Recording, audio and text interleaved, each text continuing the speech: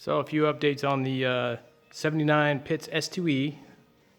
It is a K0003, third kit offered from Pitts back in probably 77. Maiden flight was May 1st, 79.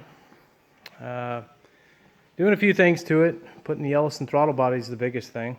We took the Pressure 5 carburetor off of it and went with an Ellison. I've had an Ellison on the shelf for, well, too long. So finally getting it put on. And the good thing about this is it's going to burn less fuel. I'm probably going to go from 8 gallons an hour to down around 6. No kidding. Almost impossible to ice up. Once you set the rich lean on the ground, you never touch it again, no matter what altitude you're at in flight. So that's awesome. So it's going to be better distribution of fuel to all the cylinders. You're not going to have like those cylinders you find with the pressure, like any kind of carburetor, where you're going to get more fuel to one cylinder, and one looks richer, one looks leaner. It's going to have an even flow. So we had to change a lot of things around to do that. Engine-driven mechanical pump was around 12 psi. So we switched it out to a maximum of 6 psi. So I did the overhaul through Aircraft Spruce, sent them my old core, so they had that $100 core exchange. Had to change the electric fuel pump, and we actually removed a lot of things, a lot of unneeded hoses for this setup than we had before. And again, on this one, 4.5 to 6 psi max. On that, I had to get a different boost gauge. Would have worked fine with my boost gauge, but the boost gauge was spinning around, so I found another one, Beechcraft, and actually the green arc ends at 6, so it was perfect. And eBay buy on that one, experimental. So a credible aviation store that I've got a lot of other stuff from, and they sell pretty good stuff. So we got that. We got a fuel cylinder coming in tomorrow.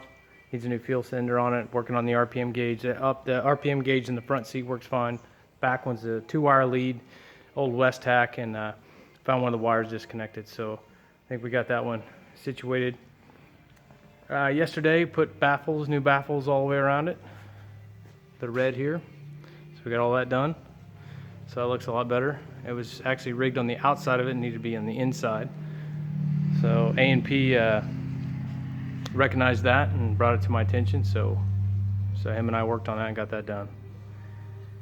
Other things, we had white slave struts. The slave strut connects the bottom aileron for the top aileron.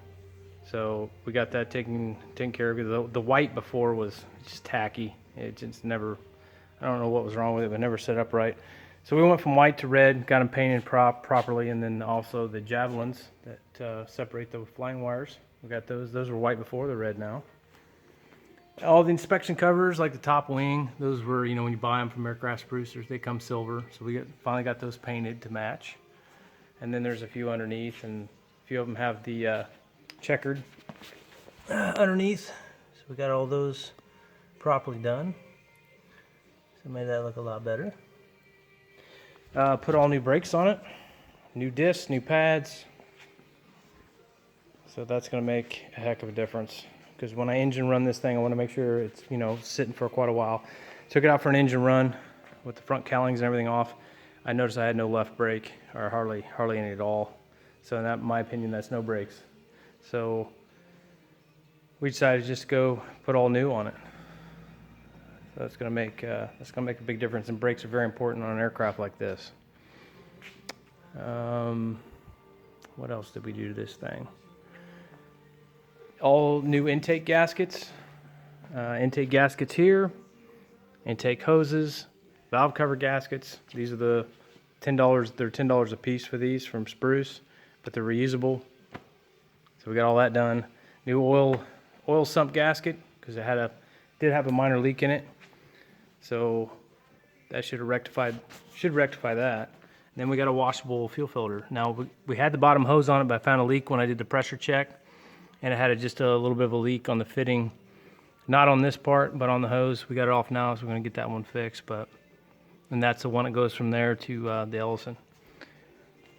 Put there's no oil in it right now because I had the sump removed and putting on the new gasket. So new oil filter. We're ready to do a weight and balance while we have everything drained.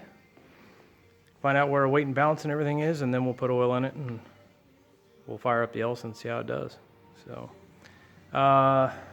spinner, brand new spinner. I've had that sitting in a box just as long as I've had that Ellison.